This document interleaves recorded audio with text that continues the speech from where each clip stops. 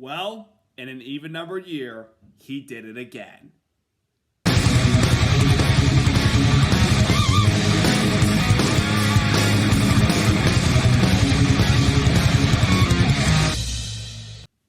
Hey there, race fans. It's Race Day Top 5 with me, Frank 5.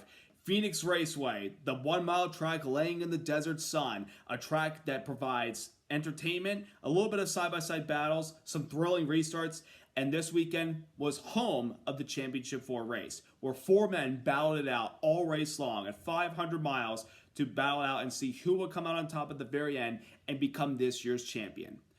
4 men that came into battle, only 1 man came out on top. And he joins an elite group of drivers who have won 3 championships. Let's get into all that went down in the final weekend of the season for NASCAR. Number 1, Logano, 3-time champ. Joey Logano becomes a 3-time NASCAR Cup Series champion by winning this weekend's Championship 4 finale at Phoenix Raceway, beating out his teammate, the defending Cup champion Ryan Blaney, William Byron, Kyle Larson, and Christopher Bell for the victory. What a race by Joey Logano. What a playoffs by Joey Logano. And quite an interesting year that he had, might I say. Joey Logano all race long was really, really strong. Qualified on the outside pole, took the lead after the first restart of the race due to an early incident that took out Ty Gibbs. Logano took the lead, and early on he showed he was going to be one of the guys you'd have to go head-to-head against to have a shot at this championship, because Joey Logano's been here before. He won the championship with this new car back 2 years ago when we first had it introduced to the sport. He won the championship that year. He won it in 2018. And yesterday he showed that his car was going to be really, really good. But after the first stage concluded where he won, but he didn't get the stage points because it's not awarded to any of our Championship 4 members, Logano and the 22 team had a slow pit stop that relegated them back a couple spots. And it took him a while to kind of pick the way back up there, but you saw him on the long runs. He had a good race car, and he definitely showed that if he could get back that track position and get back up there and contending against his teammate, that he had a really good opportunity to win this championship. And in the final stage, Logano, it seemed like he was just going at it with his teammate yet again, although for runner-up at the time because of how strong Christopher Bell was. But then Logano was able to jump over the 12 car of Ryan Blaney during the green flag pit stop cycle that we had in the final stage, and then Blaney was able to respond back when Logano came in first, but then Blaney came in the lap after that, but still had a good exit out of the 22 car. And then we had a caution come out with 62 laps to go for Zane Smith wrecking, thus bringing a couple of cars that had not yet pitted to pit road. And the drivers that pitted on that green flag sequence, they elected to come down as well because they felt like they needed those tires at the very end. And Joey Logano was one of them, mainly because the guy that was able to benefit from that caution was a Championship 4 rival in William Byron, who pitted a couple laps earlier. Joey Logano restarted in 5th spot, but 1 lap after the restart, he went from the dog leg all the way into the race lead and did not look back. Logano showed grit and determination in that last long green flag run to hold off his teammate to win the race. And he also credited his spotter Coleman Presley for keeping that 12 car in rearview mirrors. Joey Logano, I'm sure the entire time, he was looking out the front windshield, focusing on what was ahead of him, while Coleman Presley acted as his defensive coordinator and letting him know, run this lane. Don't worry about the 12 car behind you. I'll be your eyes for what's going on behind you. You just focus up front and go where I guide you. And Logano had to shift, run different lanes every single time he got into turns 1, 2, and 3, 4 to cover off his teammate, who was clearly better that last long green flag run. But the end, even despite his teammate coming relatively close to him through turns 3 and 4, it wasn't enough, and Joey Logano was able to win the championship. As I mentioned, he joins an elite group of drivers that have won multiple championships in the sport, the drivers that have won 3 championships. Of course, we all know Richard Petty, Dale Earnhardt, Jimmy Johnson, and Jeff Gordon each have more than 3 championships, but they at least have 3 championships to their name. Other drivers that he joined on that list included Tony Stewart, Lee Petty, Cale Yarborough, Darrell Waltrip, and David Pearson, I believe. I believe that's the list of how many drivers have won 3 championships.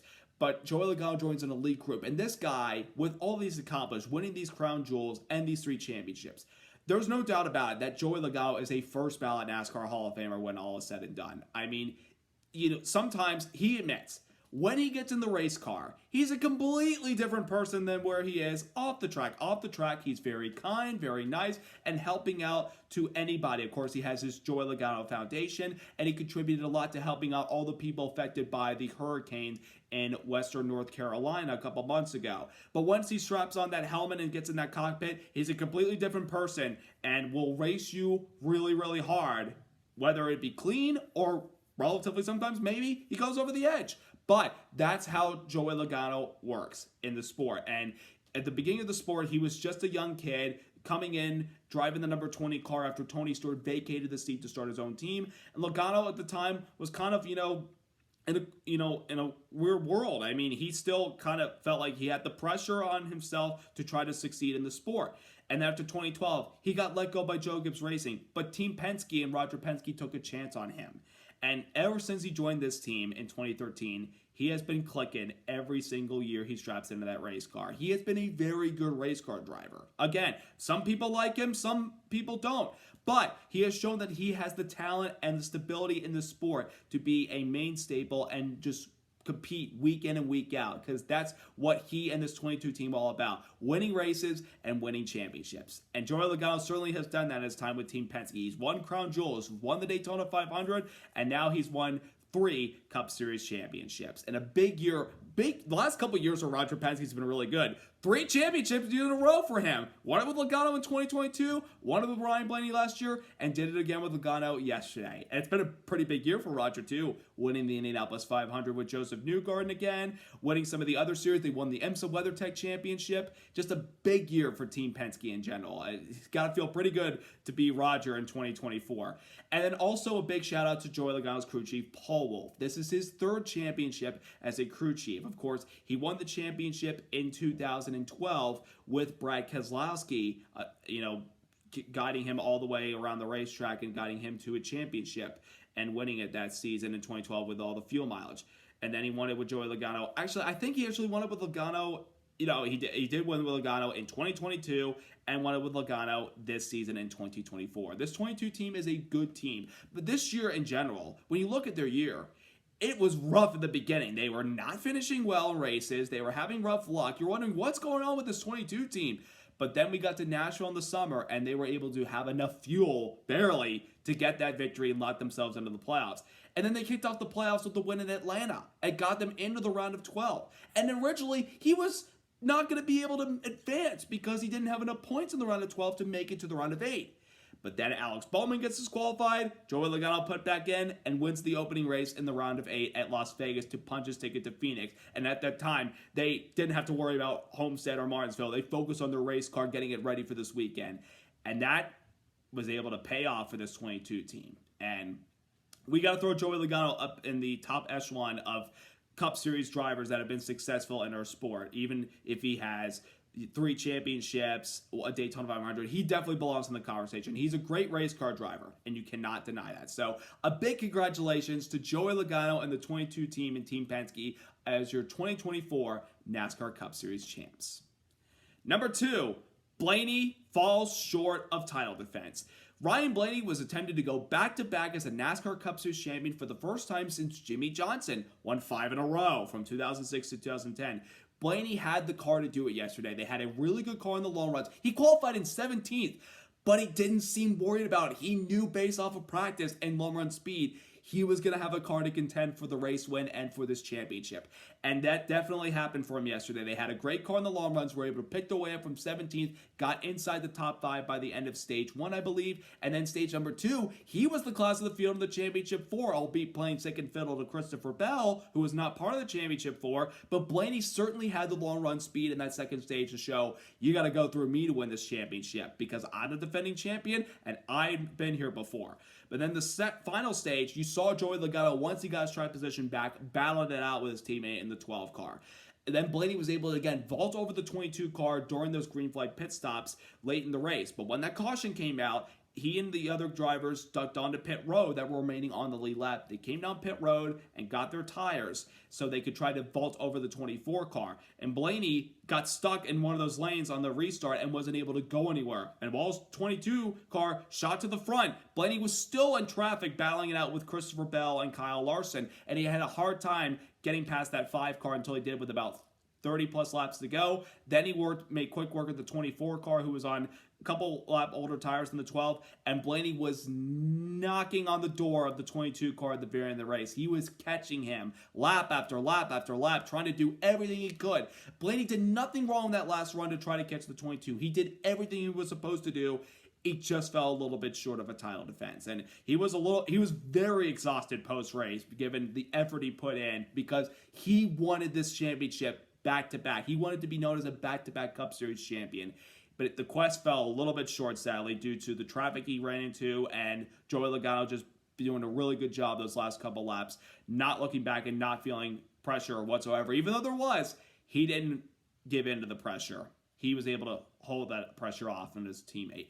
Despite falling short, this was a really good season for Ryan Blaney. I mean, think back to last week at Martinsville, where he was able to walk it off once again, get a win, and lock himself into the championship four, just like he did a year ago. Obviously, last year, he was able the following week to win the championship, despite not winning the race, of course.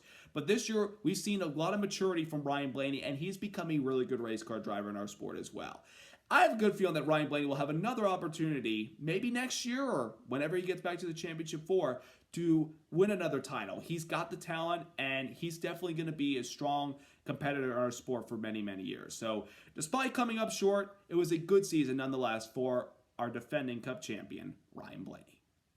Number 3, Byron and Reddick can't quite keep up. The other two members of the championship four yesterday were William Byron and Tyler Reddick, and they didn't really have anything for those two Penske cars yesterday. At times, maybe there was glimmers of hope, but at the end, it just wasn't enough. Starting off with William Byron, who finished in the third spot yesterday, had a relatively decent car, but in the long runs, he was not competing with the 22 at the 12 whatsoever. Short runs, I think, were definitely William Byron's friend yesterday. Then that last long green flag run that we had before green flag pit stops, Byron and his crew chief Rudy Fugo elected to take a gamble and extend the run for a little bit, to thinking that we could extend the run here and then maybe come down pit road, or hope if the caution comes out, we come down pit road and get a fresh set of tires that we can keep up with those guys. Well, Byron was able to come down pit road with about 65 laps to go in the race, and then 2 laps later, after he left pit road, after making that pit stop, the yellow flag came out, and that allowed him to jump up into lead because there were other guys that had not yet pitted, Kyle Larson and his teammate Chase Elliott being one of them, and of course the other 3 members of the championship four. So that put Byron in front on the final restart of the race. But unfortunately, he didn't have enough traction up there, and you saw the 22 car make that pass on the inside of the dogleg on the front straightaway, 1 lap after the restart, and he was able to clear the 24, and Byron just could not seem to run that 22 car down at all. And then, of course, to make matters worse, the 12 car was able to pass by him late, and Byron just didn't have anything for those Penske cars. I mean, he admitted post-race that the track has been hit or miss to him, even though he won last year in the spring.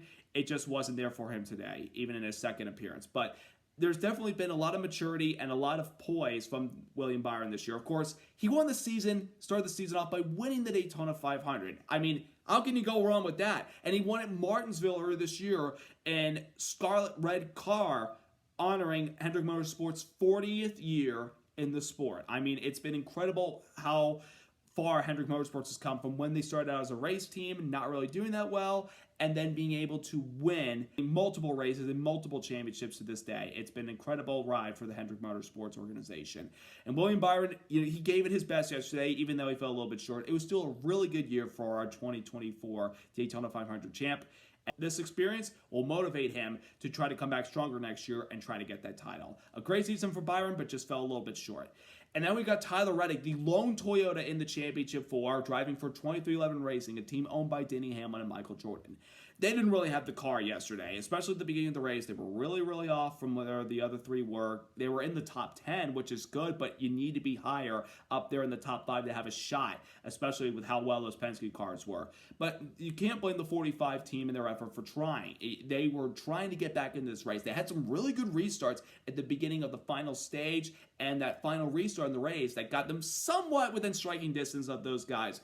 But after a couple laps, he would kind of slip and fade a little bit. And at the end of the day, he ended up with a 6th place result. But it was a really good year for the kid who won the regular season championship and had the second most wins out of anybody this year in the NASCAR season. It was a really, really, really good year for Tyler Reddick. And this first year in the championship four, a learning experience for him.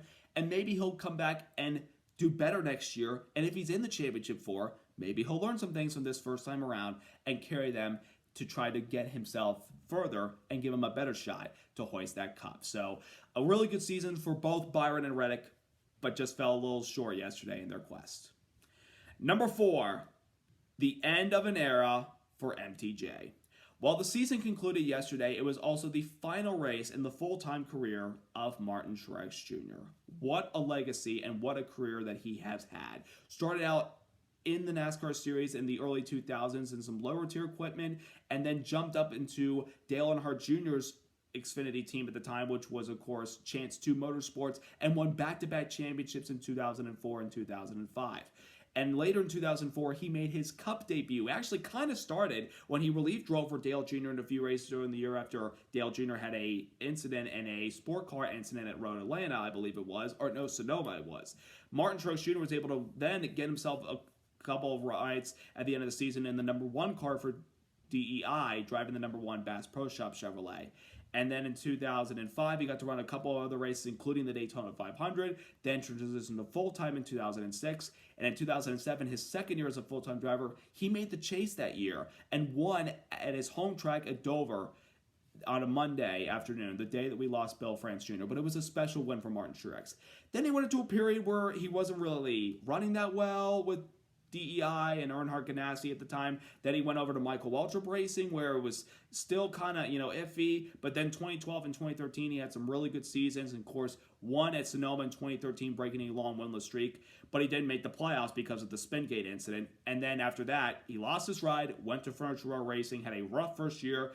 2015 was a much better year. He was able to win at Pocono and made it to the championship for that year. In 2016, he won the Coke 600 and the Southern 500 despite an early playoff exit. And then 1 year later with Furniture Row, Martin Truex Jr. went and won 8 races and won the 2017 Cup Series championship. And it was an emotional win for him after years of ups and downs. He had a big year that year.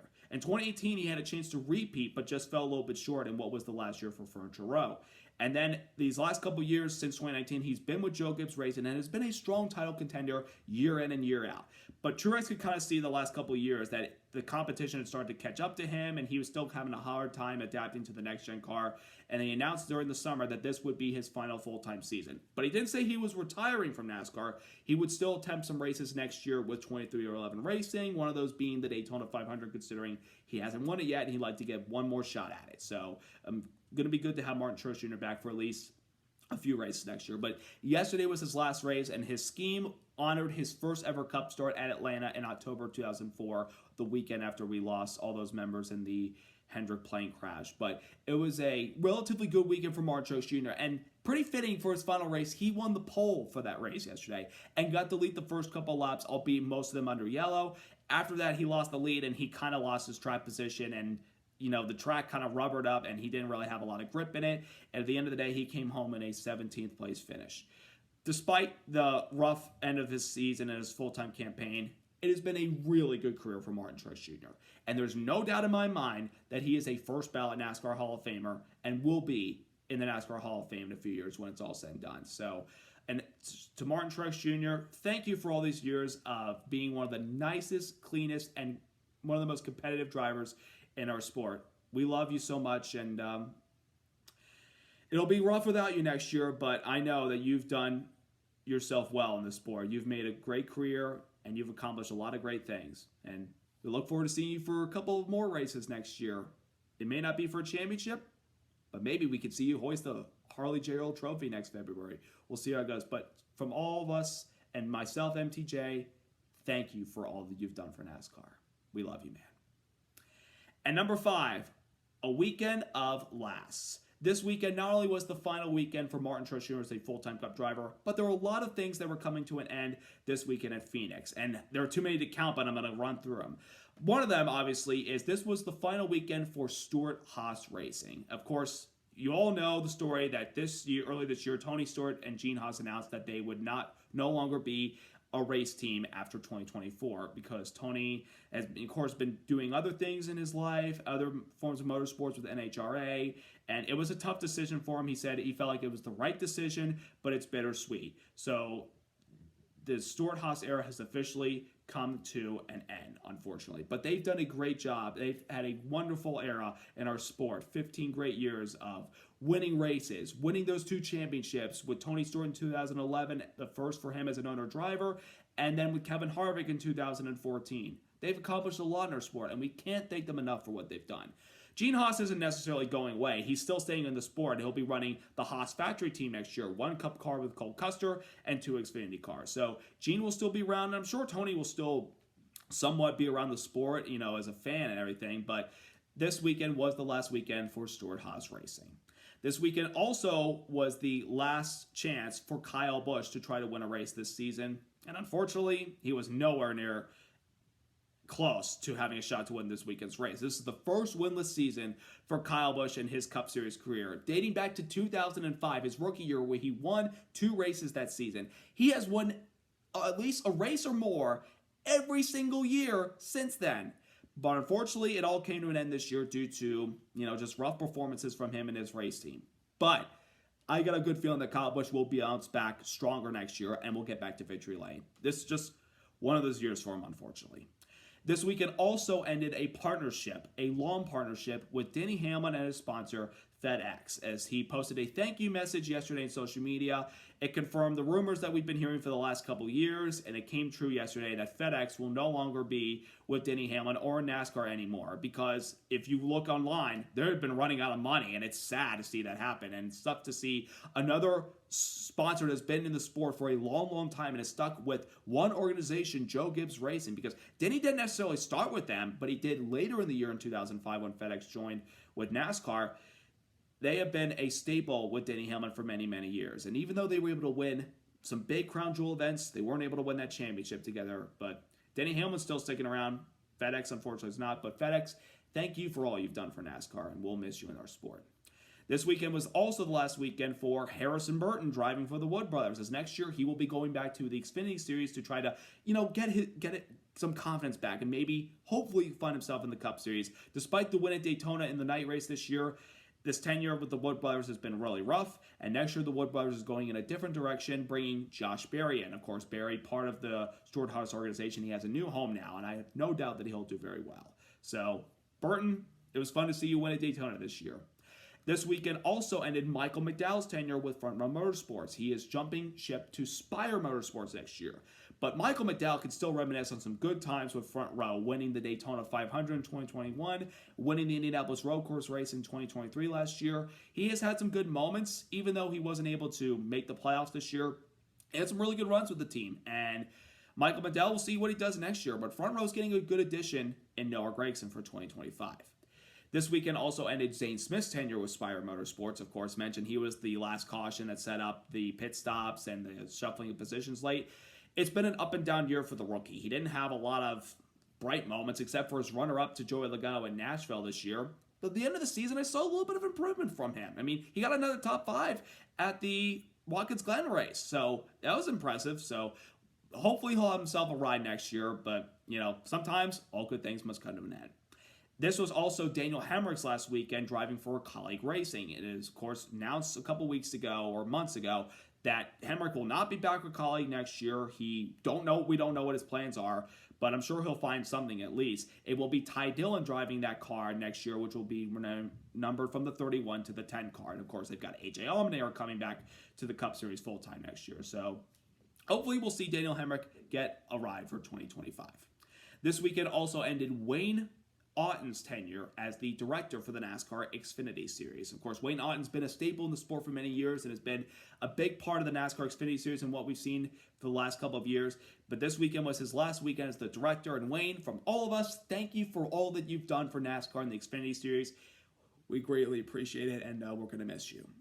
And this weekend was also the final weekend for Motor Racing Network's Jeff Striegel, as he announced a little while ago in the season that this would be his last year behind the microphone at a NASCAR race for the Motor Racing Network. He's been a staple for many, many years, calling races in the turns on pit road, and jumped ship to the booth in 2014 with Barney Hall, and stepping out during that time for his retirement. Jeff Striegel has been a lot to the sport, and I've enjoyed listening to him on the radio each and every single weekend that I've had the opportunity to hear him. He's been really, really good for NASCAR and the Motor Racing Network. And Jeff, enjoy retirement, and thank you for all you've done for us radio listeners over the years. I'd also like to give a quick shout out to our other two champions from this weekend. Justin Allgaier winning the NASCAR Xfinity Series Championship on Saturday night, which was an incredible comeback considering he drove in a backup car after a practice crash, had contact at the end of stage 2 with Riley Herbst, had a restart violation at the start of the final stage, and got a speeding penalty while serving that restart violation penalty. But he rallied back by staying out late, having on that green flag run, got a caution, got his tires, drove up there, and despite he didn't need to win the race, he just needed to be the highest of the championship 4. He got the job done. After all these years, Justin Allgaier is finally a NASCAR Xfinity Series champion, and the whole garage area was happy to see him win. So a big congrats to Justin Allgaier. Lil Gator finally got the job done. And congratulations to Ty Majeski and Thor Sport Racing on winning the NASCAR Craftsman Truck Series Championship on Friday night. They had the best truck in that race. Unbelievable. This guy goes from racing sprint car, racing modifieds and the local short tracks in the Midwest to flip-flopping around from other teams here and there in the Xfinity Truck Series last few years, but found a home with Thor Sport in 2022. And in year 3, he's a champion. So a big congrats to both Justin Allgaier and Ty Majeski on their championships. And as we come to the end of the season, we also face a tragedy. On Saturday, we lost a NASCAR legend. NASCAR Hall of Famer Bobby Allison, the 1983 champion of the series, 3-time Daytona 500 winner, 3-time Coke 600 winner, and 4-time Southern 500 winner, passed away peacefully at the age of 86. It was kind of hard to grasp at the beginning because Bobby Allison had meant a lot to the sport. He was a tough competitor on the track, but off the track, he was one of the nicest guys and had a heart of gold. And we thank him for all he's done, of course. Other than his race wins, his championships, and his legacy in the sport, we also remember him for being a big part of the 1979 Daytona 500 with the fight with him and his brother Donnie going up against Cale Yarborough because Donnie and Cale wrecked each other for the win, and they got angry with each other, and Bobby came in to kind of help out, and they went fisticuffs, which got the sport to where it is today, especially with it being televised on a 1979 sunny Sunday afternoon with the whole Northeast snowed in. Bobby Allison meant a lot to the sport. And a couple weeks ago, he was granted one of the wins that he didn't really get credited with back in the day because of different series running against each other on the same day at a race.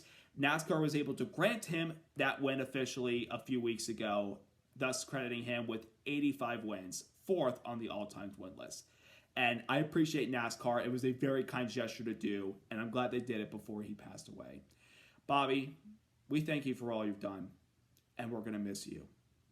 I know you're in a good place now, reunited once again with Judy, with Clifford, and with your son Davey. Bobby, thank you so much for all you've done. We'll miss you. So with that, folks, that is the end of the 2024 NASCAR season. It's been a fun year. A lot of ups, a lot of downs, great racing, fun finishes, tempers flaring here and there. That's what makes the sport what it is. And I had a lot of fun watching it all year long. I'm going to do a little thank you video in the next couple of days to thank you all for supporting me this year. I've had a blast doing it, and I look forward to doing more fun stuff with you guys in 2025. I'll have a thank you video out by the end of this week. But for now, I'm going to close out this video and say thank you to all for watching this video and for enjoying this final weekend of the season. So I hope you all enjoyed this racing this weekend for the last time in 2024. So subscribe, like, and congrats once again to Joey Logano and the number 22 team on their championship in 2024.